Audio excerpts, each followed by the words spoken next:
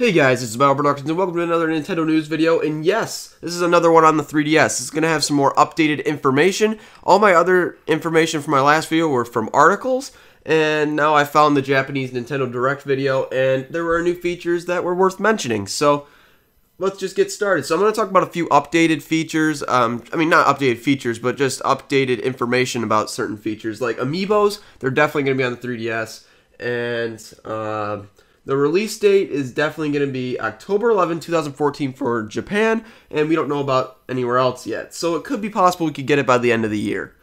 Now, another thing is that when I was uploading my video, Nintendo of America on Twitter did say that there were going to be custom-themed backgrounds on the 3DS very soon. So it's going to be the original 3DS as well. I'm thinking, oh, great, way to contradict already in one of my videos, but that's okay. Because we didn't know quite yet. It was... When I was uploading, it said 9 minutes ago, and then they started talking, and I'm like, wow, if only I waited 10 minutes. I could have seen it, but oh well. Now, let's get to the features. First thing that they showed that was quite interesting that I missed was that they now have a wide view angle for the 3DS. So let's look at the original 3DS screen when it's tilted. Okay, so now you can see it's all faded, it's all scrambled, and it doesn't really look too good.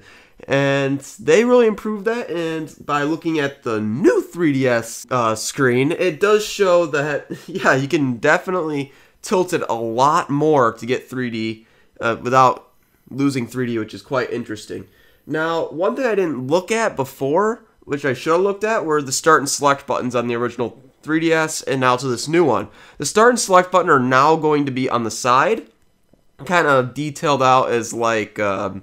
the start and select buttons on the DSi, DS Lite, so it'll be good. I mean, you didn't really need them on that screen there at all, so it was pretty good. So, now another thing is, if you look closely at the buttons, you can see on the smaller 3DS, there's going to be buttons that are colored. I mean, I knew they were colored, but they were designed like the Super Nintendo, which is really cool. And then if you go over to the 3DS XL, it's not colored like that. It's only the letters on the buttons that are those colors, which is quite interesting. I didn't really notice the 3DS XL one, but yeah, it's quite interesting. Now these new 3DSs have micro SD support. So they're going to completely get rid of the SD card and they're going to do micro SD. That is very awesome. I mean, I'm sure we will get more storage. I mean, 32 gigabytes was more than enough for me since I bought physical copies of most games. But I'm sure there's a lot of people that buy them digitally. And with the small SD card, I'm sure they're going to allow more memory to be on the 3DS. If not, that's going to be a disappointment. But if they do, then yeah, it'll be a little bit more convenient since it's really small. You don't have to.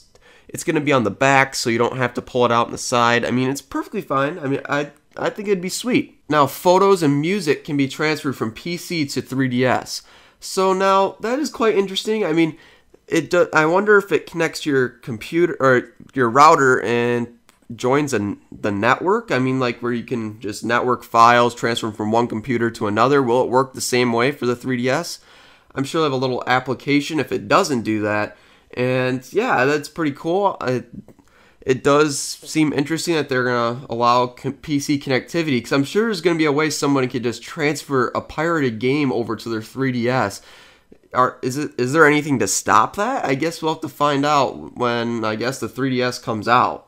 I think actually there's a couple more things, and it's not towards specs, but it's towards other stuff. So now there's going to be attachable backs to the 3DS, and also front, of course. But yes, does that mean that limited editions might go away? I don't think so, because they want more money, of course. I mean, they want to sell as many 3DSs as possible. But it's nice that you'll have poppable backs for the 3DS. It just gives it a different look. I think that's a good idea. And now the prices. Okay, so as you can tell, there's the yen. I don't live in Japan, so that doesn't quite work out for me. So I translated not really translate, but I guess I translated currency.